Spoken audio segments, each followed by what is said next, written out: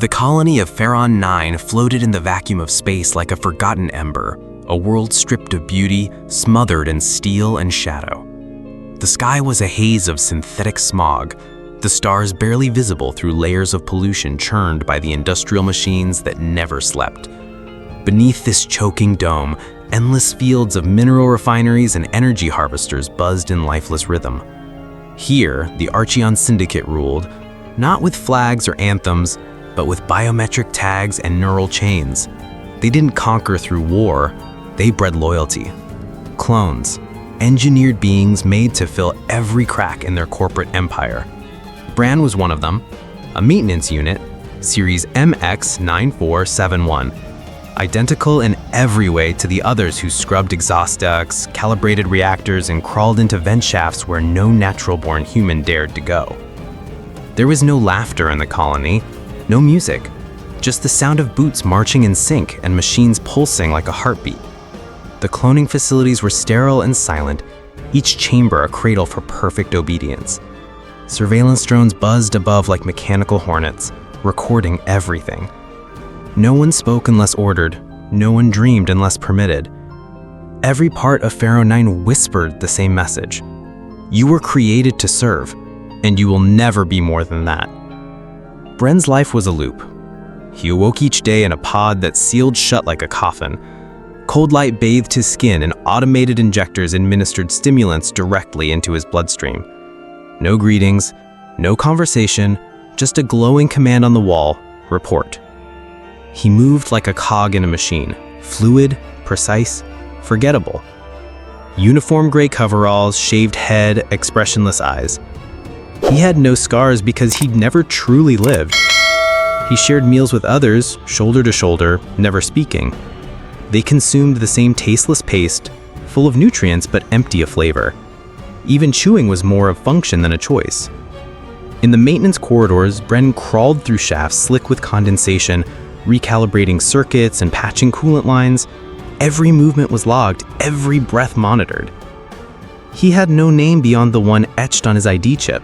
No family, no past. There were no mirrors on Pharaon 9. Clones were not meant to know themselves. But something within Bren, something dormant, sometimes pulsed at the edges. When his hands moved over machinery, they lingered. When he overheard scraps of data from freighter transmissions, his ears twitched. When he stared into the blankness of his pod at night, he didn't sleep. He waited. He didn't know what for. It happened during a system-wide outage. A relay tower near the colony's perimeter had shorted from a sandstorm. Bren was dispatched alone. Climbing into the tower's core, something caught his eye. Lodged behind a fractured panel was a thin, rectangular device. Not standard equipment. Old. Forgotten. Contraband. He shouldn't have touched it. But his fingers reached anyway. The tablet flickered to life. The screen cracked, the glow dim but readable. Bren squinted. Lines of text scrolled across in a font he didn't recognize. It wasn't a manual. It wasn't a maintenance log.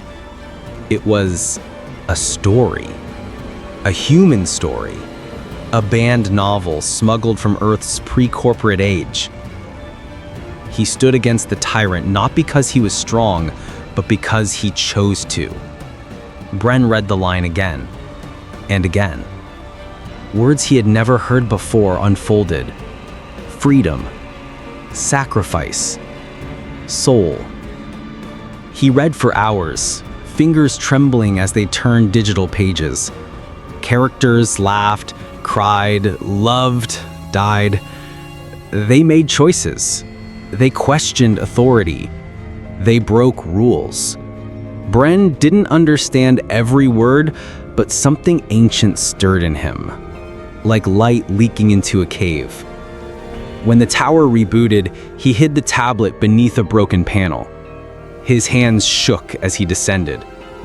His world had changed, and he knew he could never go back. Bren couldn't focus. As he cleaned the fusion conduit, images from the novel filled his mind. A girl who ran away from a corrupt system, a soldier who chose to disobey for the greater good. They made choices. Real choices. Bren began to wonder, had he ever made a single decision of his own? He paused longer between tasks, watched others more closely. They were just like him. Empty, quiet, efficient. But now when he saw them, he felt pity? His pulse quickened when supervisors passed. He rehearsed obedience, but questioned everything.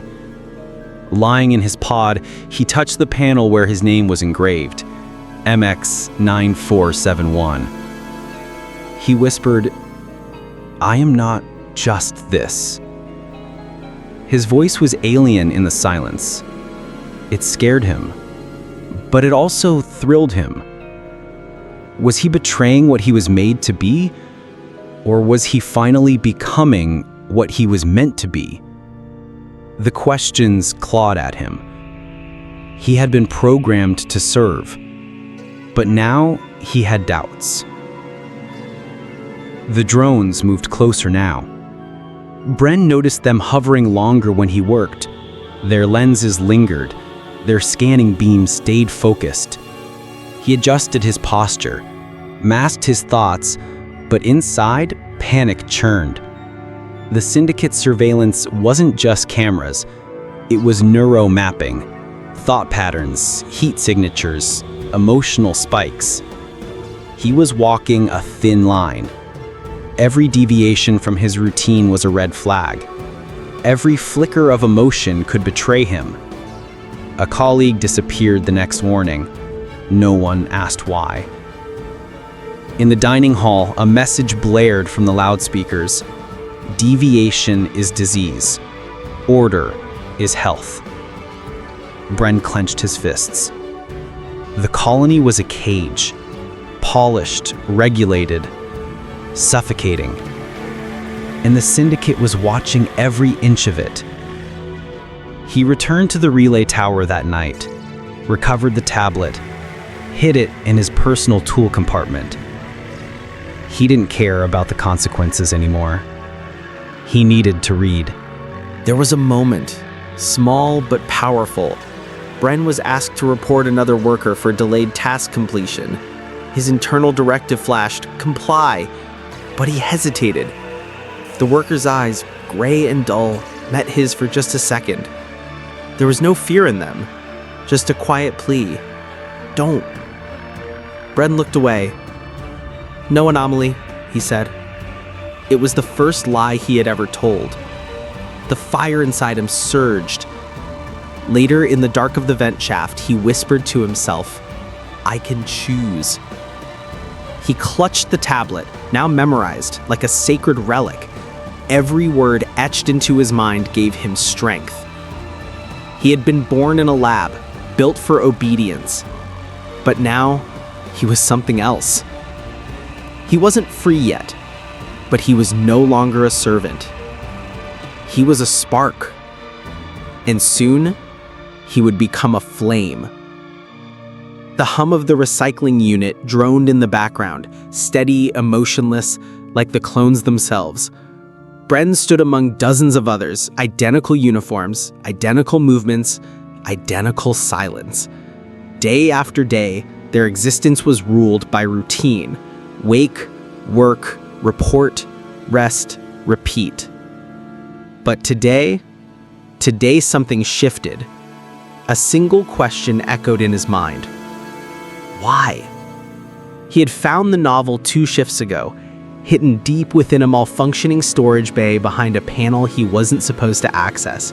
It was banned, unauthorized. The text was ragged, flickering on an old tablet screen, but the words felt alive. Words like freedom, dream, choice. He didn't understand them at first, but they stirred something forbidden. As he read late at night when the lights dimmed and surveillance softened, thoughts crept in. quiet, like ghosts. Why do I follow orders? Why do I exist like this? Why don't we speak? He didn't speak the questions out loud. Not yet. But inside, the walls were cracking. He began to look differently at the gray corridors, the monotone meals, the blank stares of his fellow clones. Something was wrong. He could feel it. And for the first time in his life, Bren wanted to know more. Bren's fingers hesitated over the console. Normally, he completed diagnostics in exactly 4.3 minutes. But this time, he waited. Just a few seconds longer. Nothing happened. No alarm, no reprimand, just silence. A wave of adrenaline surged through him. Not fear exactly, but something sharper. Curiosity laced with danger. He started experimenting. He skipped a verification step during the maintenance of the coolant regulators. Nothing major, just enough to feel it. A quiet rebellion. Next shift, he lingered in the hallways, watched the others. Clones never watched each other, but now he noticed subtle things.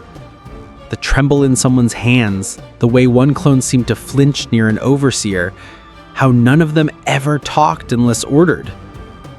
Were they thinking too? He began to wonder, what if others had questions too? What if the silence wasn't obedience? It was fear. But every step he took outside protocol sent static crawling under his skin. Cameras were everywhere, overseers watched. Not always openly, but enough. Still, the feeling, freedom, kept pulling him forward. He wasn't just following commands anymore. He was choosing. And that, he knew, was dangerous. It happened during ration distribution. Unit 56C was told to report for machinery alignment. Instead, he paused.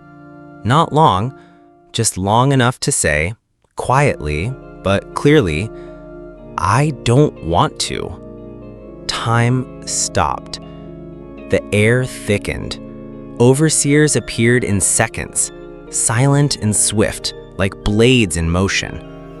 Bren stood frozen, helpless, as 56C was dragged down the corridor, limbs kicking, face expressionless. But his voice shook as he shouted again, louder this time. I don't want to. Then silence. No one spoke of what happened next. No one ever did. Recalled clones never returned. They were unmade, repurposed, scrubbed clean of thought. Bren didn't sleep that cycle. The image haunted him. The voice, the desperation, the sound of boots on steel. He was doing the same thing, just quieter. Was that his fate too? Would they erase him? He tried to stop thinking, tried to follow protocol again, but the words in the novel wouldn't let him. Freedom is not a gift. It is a fire you must risk burning for. He knew now, questions had a price, and he had already begun to pay it.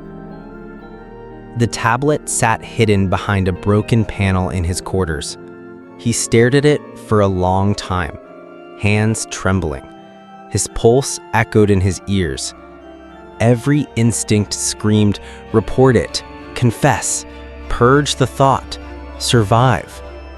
But the words from the novel called to him again. To obey without question is to exist without purpose. He took the tablet, held it close. He could turn it in, restore his cycle, fade back into sameness, or he could choose. He closed his eyes, and he chose. He tucked the tablet deeper, past reach of the cleaning drones. When the next shift began, he moved through it, but not as before. Something inside had changed. He no longer walked in perfect rhythm with the others. He walked for himself. And when he looked at the overseers, he saw not gods or masters, but jailers. The novel's words weren't just fiction anymore. They were truth. And that truth belonged to him now. Bren imagined a door beyond the facility, beyond control, beyond obedience. And for the first time, he didn't dismiss the thought as madness. He started to observe, not just wander. Timings, patterns, surveillance gaps. He noticed when power lines dimmed, when overseers rotated. He watched how drones moved, where they paused, where they didn't look. The novel painted pictures of other worlds, mountains, oceans, skies that weren't synthetic. Bren dreamed of them. He began to wonder, what if I could leave? What if others wanted this too? He stopped being just a clone with questions. He became a mind with purpose. Every deviation, every late movement, every glance was now part of something larger. The whispers in his head became ideas. The ideas became a plan. Crude, fragile, dangerous, but a plan nonetheless. Sleep didn't come easy now. Bren lay in his quarters staring at the ceiling, hearing echoes of Unit 56C's final cry. Knowledge had marked him. He could feel it, like heat under his skin. He knew too much now, about the lies, about what freedom could mean, about what he could be. There was no turning back. Even if he burned the tablet, wiped every thought, begged for reprogramming, it wouldn't matter. He had changed. The overseers hadn't noticed yet, but they would. And when they did, he clenched his fists under the sheets. He wouldn't be taken quietly. He wasn't just Bren 7 anymore. He was becoming human. And for that, he was willing to risk everything. Bren sat alone in the dim-lit recharge chamber, the sterile hum of machinery filling the silence. Rows of other clones stood lifeless, eyes closed, minds blank, just as he used to be. But tonight, something felt different. He tapped his fingers against the wall, not out of necessity, but rhythm. A beat, a pattern, a choice, a thought. For the first time, Bren spoke out loud, not just a command or a response, but a full sentence. I don't want to go back in the slot. The words surprised even him. They sounded human. Days passed and small changes bloomed. He began sketching shapes on the wall with leftover dust. Circles turned into eyes, eyes into faces. At night, his mind swirled with strange visions of green fields, open skies, laughter, dreams. He had never dreamed before. He saw himself running, not on command, but by choice. He saw a child holding his hand and sunlight falling on his skin. Why would a clone dream? He wondered. In moments of solitude, he touched the wall and whispered, "Who am I?" He wasn't just functioning anymore. He was feeling curiosity, frustration, even hope. The control the Syndicate once had was loosening, not because they weakened it, but because Bren had begun to see the chains. And now, he wanted more. He wasn't built to rebel, but he was becoming someone who could. In the maintenance wing, the hum of machines muffled their voices. That's where Bren first met Dara, a medical clone who stitched wounds she could no longer unsee. Her eyes held flickers of memory, like someone who remembered more than she was allowed. "I dream of a mountain," she once said, cautiously, as if the words might electrocute her. He nodded. "I dream too, of freedom."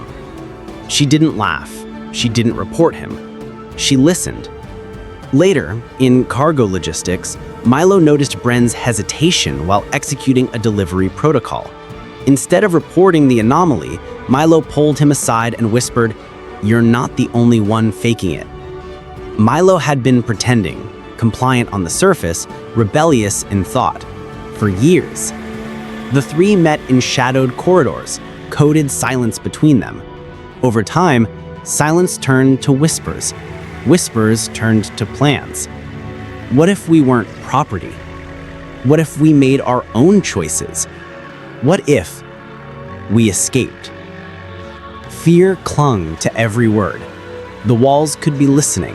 The watchers could be anywhere. But the hunger for agency grew stronger than the fear. Dara brought sketches for memory.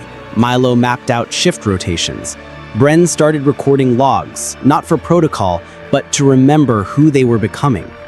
A quiet fire ignited between them, forged in shared suffering and hidden dreams. They weren't rebels, not yet, but they were awakening. An awakening is the first act of rebellion. They were being watched. Bren could feel it. The lights blinked differently now. Security drones hovered slower, their lenses pausing on his face longer than necessary. In the control tower, a compliance officer scanned the behavioral reports. A red spike pulsed beside Bren's ID. Increased speech complexity, elevated cortisol levels, unusual interaction patterns. They called it deviation alpha. Bren noticed sensors that weren't there before, drones that buzzed too close, questions from supervisors that felt too personal. Any trouble processing your task today? Have you had unusual dreams?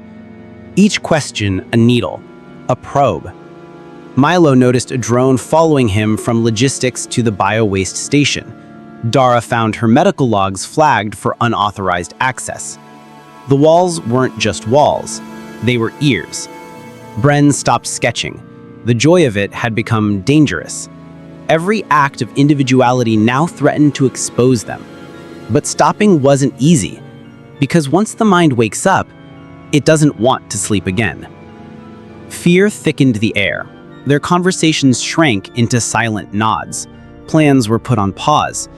But paranoia didn't mean they were wrong, because the watchers were watching, and they were getting closer. It happened fast. Milo didn't show up at the rendezvous point. Not the next day, not the next week. When he returned, something in him was gone. He smiled too easily. His eyes were too still. "I was just fatigued," he said. Perfectly calm, perfectly empty. Bren's stomach turned. Dara looked away.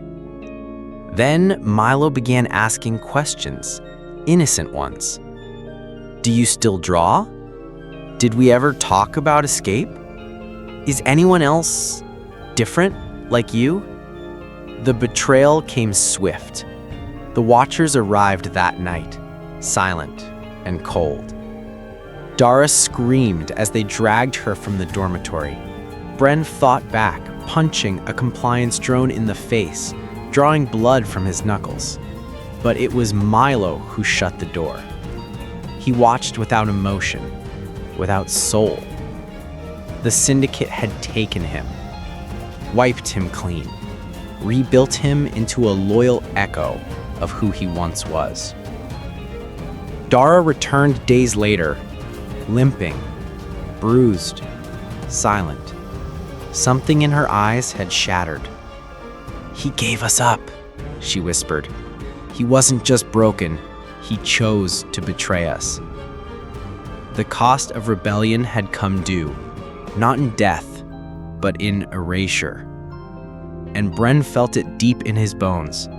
This fight wasn't about escape. It was about identity, and they were losing. Bren sat in the corner of a broken recharging station, cradling his bruised hand. He stared at the blood, his blood, and thought of Milo, thought of how easy it was to break a soul if you knew where to look. He remembered Dara's silence, her screams, her spirit before they touched her mind. "I just wanted to be free," he whispered to the dark. But escape? That wasn't freedom. Not really. If they ran, they'd still be tools. Tools out of place, discarded, hunted. He needed something more. A reason. A purpose. He pulled out a sketch, one he'd kept hidden. 3 figures, standing on a hill, hands clasped, faces turned to a rising sun. He felt something then, not rage, not fear, conviction. Freedom wasn't a place. It wasn't a corridor beyond the wall. It was a choice to say, I am not what you made me. He stood up and walked to Dara. We don't run. We change the system from within or without, I don't care. But I will not die as a number. Her eyes met his, tired, scarred, but alive. They weren't rebels anymore. They were humans, and humans fight back. The plan was dangerous, maybe suicidal, but it was theirs. Dara hacked the medical log system, inserting a false pandemic protocol. It would cause a 2-minute shutdown of internal surveillance.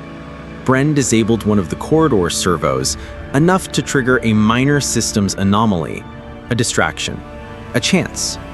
They didn't tell anyone else. Too dangerous. Each step forward felt like a heartbeat in the dark. As they moved through the halls, Bren looked around at the others. Clones in lines, expressionless, silent, just like he used to be. They don't know they can choose, he whispered. Then we show them, Dara replied. The final hatch loomed before them. Beyond it, either freedom or oblivion. They didn't hold hands, they didn't speak, but their steps were in sync. The alarm began to blare. Not theirs. A real system lockdown. Their window was smaller than they thought. Bren reached for the override. He hesitated, and in that moment, he didn't see a wall. He saw a future. He hit the switch and ran.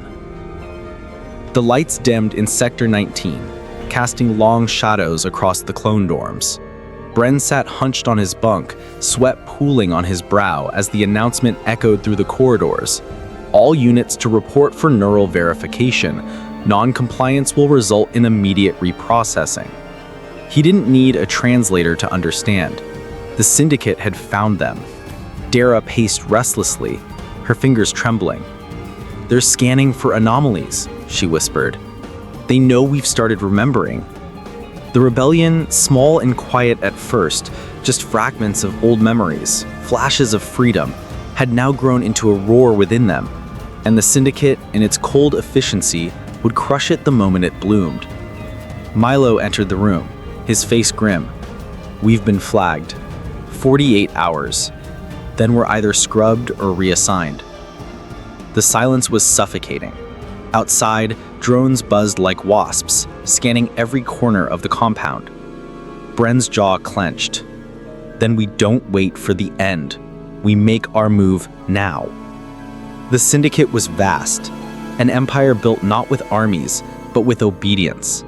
Clones were its foundation, their memories wiped, their identities forged for roles predetermined. But now, the system had a crack, and time was bleeding out. The underground storage bay reeked of oil and ozone. Beneath flickering lights, the trio huddled over a schematic Bran had salvaged from the maintenance network. A supply shuttle arrives every 32 hours, Bren explained, tapping the screen. Autopiloted, minimal escort. If we can disable the auto control system, we fly it ourselves. Dara narrowed her eyes. And the internal sensors? I'll reroute them through the sanitation filters.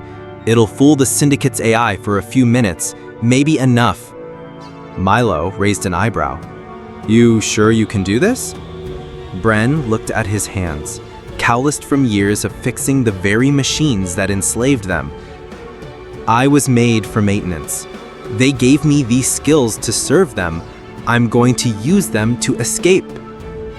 It was a desperate gamble. One mistake could alert the AI.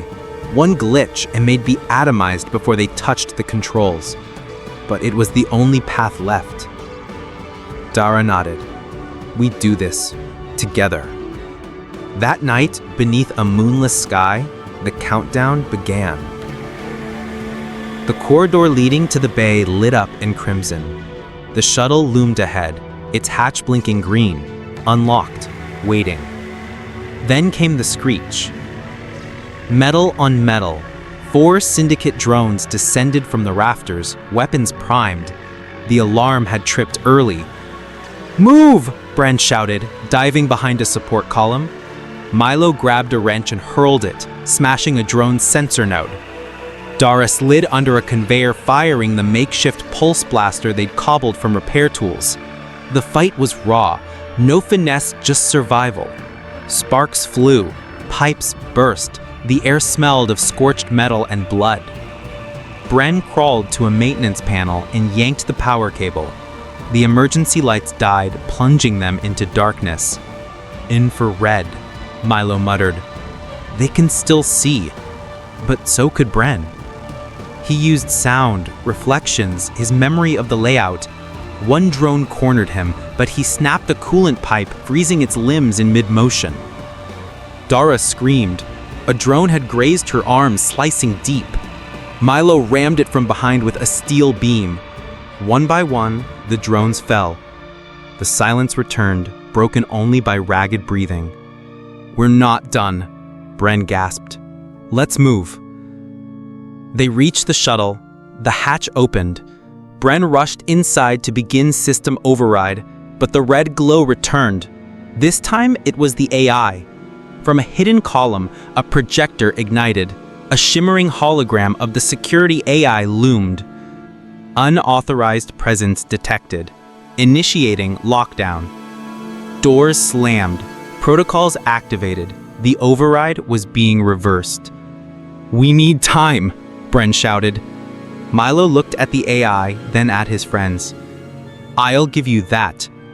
"No," Dara began. Milo shoved her into the shuttle. "Finish this." He stepped into the center of the room, arms raised. Override requested. Vocal code. Alpha 19 Chiron. The AI paused, processing. Code recognized. Status, Junior Supervisor.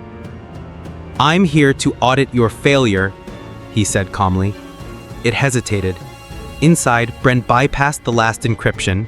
Outside, Milo lied, stalled, misdirected. He used everything he'd learned pretending to be loyal. The AI grew suspicious. Security override revoked. The floor beneath Milo lit up.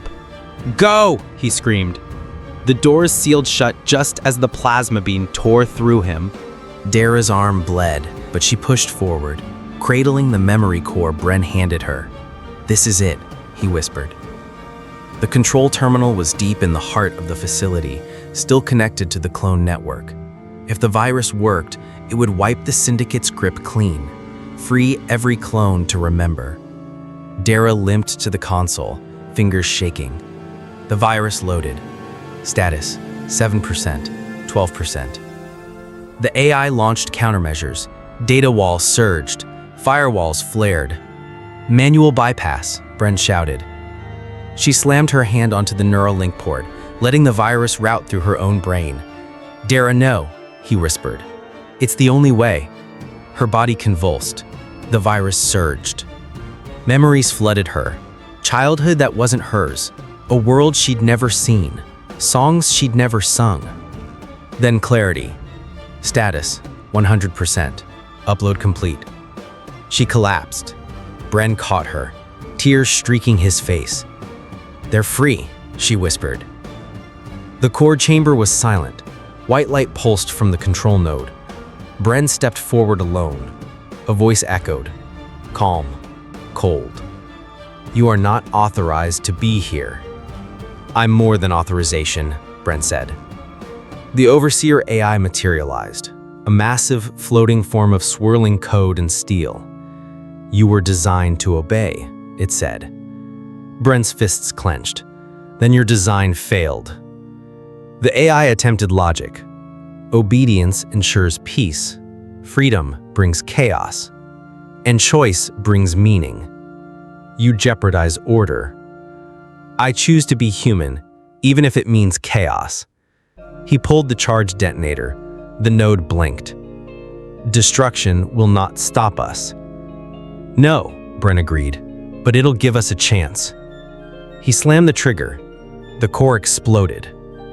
The shuttle soared through the upper atmosphere, trailing smoke and starlight.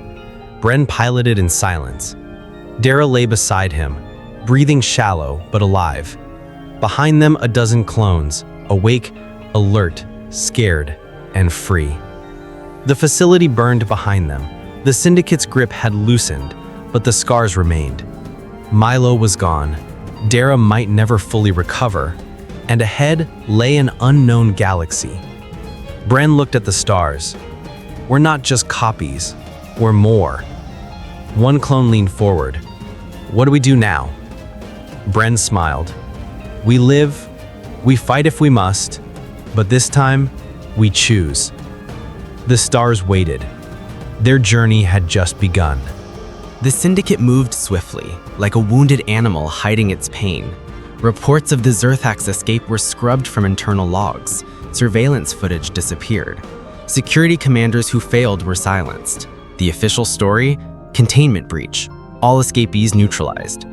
But the galaxy wasn't blind. Whispers traveled in encrypted frequencies between back alley mechanics and outer rim traders. The impossible had happened. Clones had rebelled. Worse, they had dreamed. On mining colonies in the Andros sector, clones began hesitating. Some refused orders. A few even sabotaged scanners, pretending to pass emotional compliance tests. It started small. Blank stares, misread commands, skipped routines, but the pattern was growing. One Syndicate enforcer reported, Unit 88R said it saw a mountain in a dream. Dreams, once erased from neural cores. Panic settled like frost on Syndicate command centers. Executives argued behind closed doors. They deployed override signals to suppress emotional spikes, but something was cracking inside the clones. The programming, perfect for centuries, was failing. In the silence of space, rebellion no longer screamed. It whispered. The escapees found the fringe world after 13 jumps through uncharted sectors. It had no name, just coordinates passed between smugglers and pirates, a place the Syndicate didn't dare chase into. The planet was brutal. Rust-colored skies rumbled with ash storms, jagged rocks cut like blades. No governance, no laws, just survival. Perfect. They'd crash-landed in the shadow of a mountain ridge, an old terraforming station abandoned decades ago. Inside, the oxygen scrubbers coughed but still worked. It was shelter. For the first time, they breathed free air. Bren stood outside that first night, his hands blistered from digging trenches, eyes burning from wind grit. But his mind felt clear. No commands, no surveillance, just stars. They weren't soldiers anymore. They were survivors. Milo rewired power lines with stolen Syndicate tools. Dara built a greenhouse with parts from the escape shuttle. Others hunted the strange beasts roaming the cliffs, tough alien things with glowing eyes. Every cut, every bruise, it meant choice. For the first time, no one told them what to do. They were alive and unbound. He stood before a broken mirror in the medical wing of the base. The man staring back was not 73B. That designation belonged to someone programmed, controlled, erased after every mission. He touched the barcode on his neck, then took a blade and cut it off. Later, at the fire circle, he told the others, "Don't call me 73B anymore. That name died back there. My name is Bren." The name came from a forbidden novel he'd hidden inside his cot back at Zerthax, a story about a rebel who defied an empire with only truth and grit. Dara smiled, her voice quiet but warm. "Bren, it suits you." Milo raised a can of synthale. To names, to being real. The clones each began to choose. They weren't numbers now, they were people. This wasn't just about freedom, it was about identity. And for Bren, naming himself wasn't just rebellion, it was rebirth. The fringe world tested them every day. Food was always short, supplies tighter, but somehow they began to live. Dara taught Bren how to plant native moss spores, nutritious and fast-growing. Milo built a radio jammer to block syndicate scans.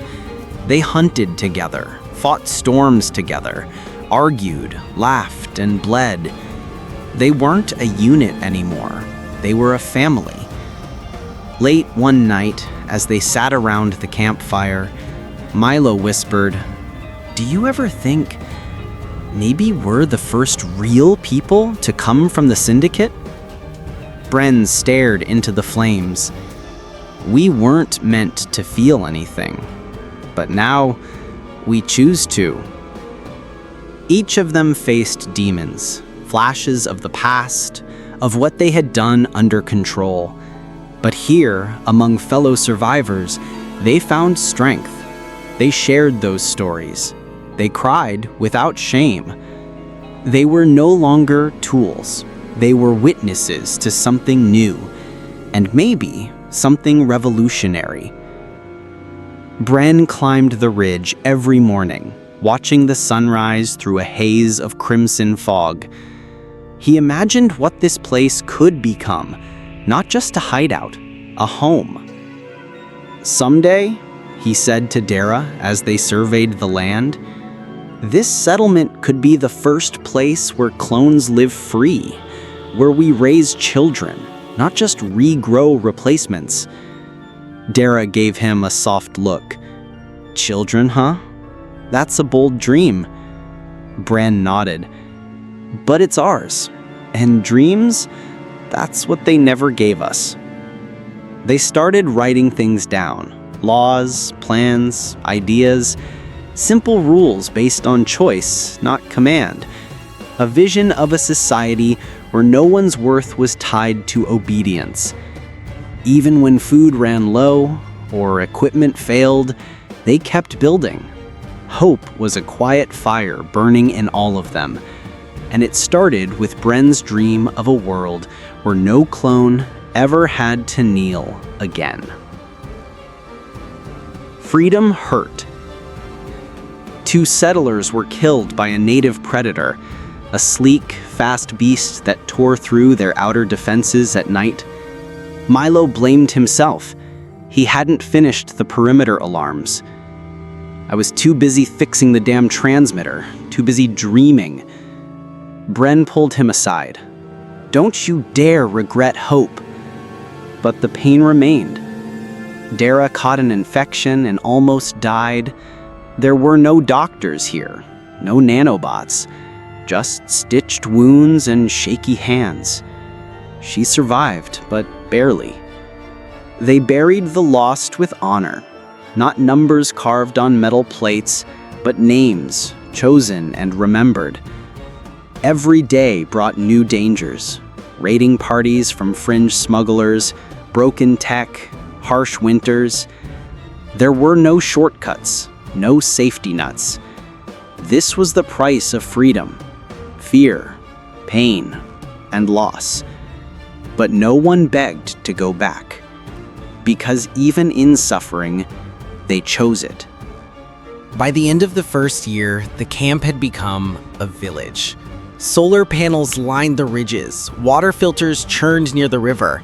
Children, yes, children, played near the geothermal vents, safe under the watch of former warriors, now turned caretakers. Bren stood at the heart of it all, watching as Dara painted their flag, a white phoenix rising from shattered chains set against a black sky. It wasn't perfect, it never would be, but it was theirs. They built homes with their hands, carved from stone and steel. They planted gardens in ash-soaked soil. They taught one another how to heal, to speak, to feel. This was no longer survival, it was life. And though the Syndicate might someday come for them again, they were no longer shadows. They were human. Years have passed. The dust of the fringe planet swirls, carried by the gusts of wind that scream across its barren landscape.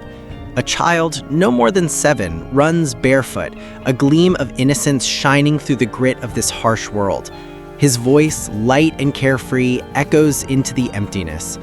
"Dad," he calls out, as though the word itself carries a weight he has yet to understand.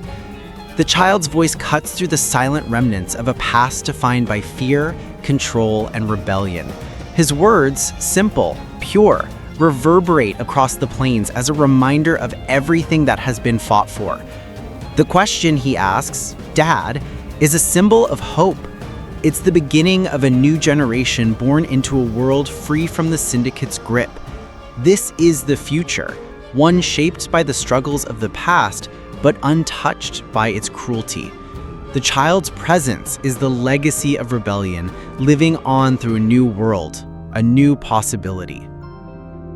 Through the dust, a figure emerges, older, scarred, and weathered by the years. His face is etched with the lines of battle, both physical and emotional. Bren has returned. His steps are slow, but steady. No longer the young, desperate clone who once fought for survival, but a man who has found something far more precious than freedom. He's found humanity. His face bears the marks of countless battles. His hands, calloused and scarred, tell the stories of those who fought beside him. Yet in his eyes there is strength, quiet, unshakable. He smiles, a slight curve of his lips that hints at the peace he has found. No longer a tool of the Syndicate, Bren has become something else. He's a man with a family, a man with hope. His scars are badges of honor, proof that even in the face of overwhelming odds, he survived. And now, in this moment of return, he stands as a symbol of resilience. The world has changed because of him, and in turn, he's changed. His humanity, once stolen, has been reclaimed. The child approaches, wide-eyed, his voice full of curiosity and awe. Is it true you were made to serve? Bren kneels down to meet the child's gaze, his eyes softening as he looks into the innocent face. The wind tugs at his tattered clothing, but he remains grounded, his voice steady and firm. That's what they wanted, he replies, his words quiet but carrying the weight of everything he has endured. But I chose something else. The child doesn't fully understand, but he doesn't need to. Bren's words are more than just an answer. They are a testament to the power of choice, of human agency, of defiance. In that moment, Bren isn't just telling the child a story of escape from tyranny. He's teaching a lesson, a legacy of rebellion and freedom passed down to the next generation. You have the power to choose too, Bren continues, his voice carrying the wisdom of someone who has fought for his right to decide his own fate. Don't let anyone tell you otherwise. The child nods, perhaps not fully comprehending the magnitude of what's being said, but feeling the truth of it in his bones. Bren's legacy isn't just a story of escape from tyranny. It's a story of what it means to choose, to create your own path, no matter the cost. Behind them, the sound of hammers striking metal and the hum of construction fill the air. The clone refugees, once broken and controlled, now work together to build something entirely new. There are no walls, no guards, no chains. The tools they use are simple, but their intentions are grand. A new city rises from the earth, shaped by the hands of those who once knew only obedience. The structures they create are rough at first, built with the sweat of their labor and the hope of something better. There is no blueprint, no higher authority to dictate their choices. This is a world built by their own will, for their own future. For the first time, they work without fear. Their hands, once used for fighting, for survival, now build and create, laying down the foundation for a society based on choice, not control. No longer defined by their origins as clones, they are individuals, each with their own vision for the future. In this moment, they are not just surviving, they are thriving. The camera pulls back, showing the city in its early stages. The horizon stretches wide, a blank canvas waiting to be filled, with new dreams, new hopes, and new lives. The city, still under construction, still raw, is a symbol of everything they fought for. In the distance, people walk together, talking, laughing, building, creating. There is no sign of the Syndicate's control, no looming towers, no enforcers in sight. just people, human beings working together to shape their world, free from oppression. This is the dawn of a new era. The world may be unfinished, but it is theirs. They have made it their own. The struggles of the past are not forgotten, but they are no longer what defines them. They have broken the chains and built something far more lasting. They have created freedom. The camera lingers on the people, on Bren, on the refugees, and on the child running through the city. The future is uncertain, but for the first time, they have the power to determine it. This is their world. This is their time. The screen fades to black, but the promise of a new beginning lingers. The world they fought for is only just beginning.